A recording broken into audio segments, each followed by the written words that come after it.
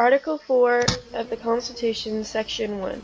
Full faith and credit shall be given in each state to the public acts, records, and judicial proceedings of every other state, and the Congress may by general laws prescribe the manner in which such acts, records, and proceedings shall be proved, and the effect thereof. Section 2. The citizens of each state shall be entitled to all privileges and immunities of the citizens in several states. A person charged with any state with treason, felony, or other crime, who shall flee from justice and be found in another state shall, on demand of the executive authority of the state from which he fled, be delivered up to be removed to the state having jurisdiction of the crime. No person held to service or labor in one state under the laws thereof, escaping into another, shall, in consequence of any law or regulation therein, be discharged from such service or labor, but shall be delivered up in claim of the party to whom such service or labor may be due.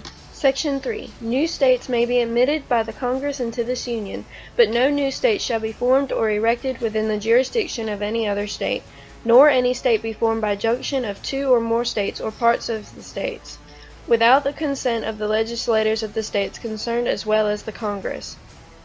The Congress shall have power to dispose of and make all needful rules and regulations respecting the territory or other property belonging to the United States, and nothing in this Constitution shall be so construed as to prejudice any claims of the United States or of any particular state.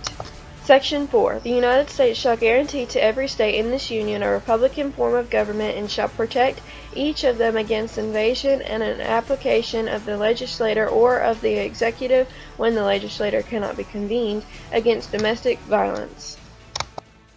Later in history, Americans could not decide whether the national government or the state government had more power over interstate relations. This is where Gibbons v. Ogden comes into play. Gibbons v. Ogden was a court case that was held in 1824 by John Marshall.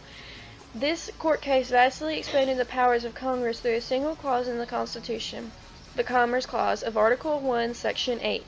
The court ruled that under that clause, Congress had powers to regulate any aspect of commerce that crossed state lines, including modes of transportation, and that such regulation preempted conflicting regulation by the states. Since Gibbons, the Commerce Clause has provided the basis for sweeping congressional power over a multitude of national issues. Gibbons v. Ogden's court case was about two steamboat owners who wanted to control a shipping business on New York. One had a charter from the state New York, the other had a charter from the U.S. government.